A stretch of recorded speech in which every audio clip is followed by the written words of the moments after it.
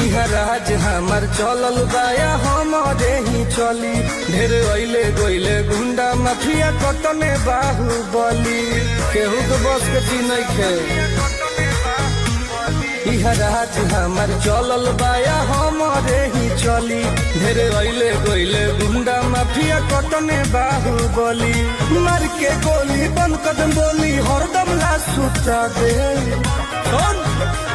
माहौल जवन बदली के दुनिया से उठा दे, माहौल जवन बदली के दुनिया से उठा दे।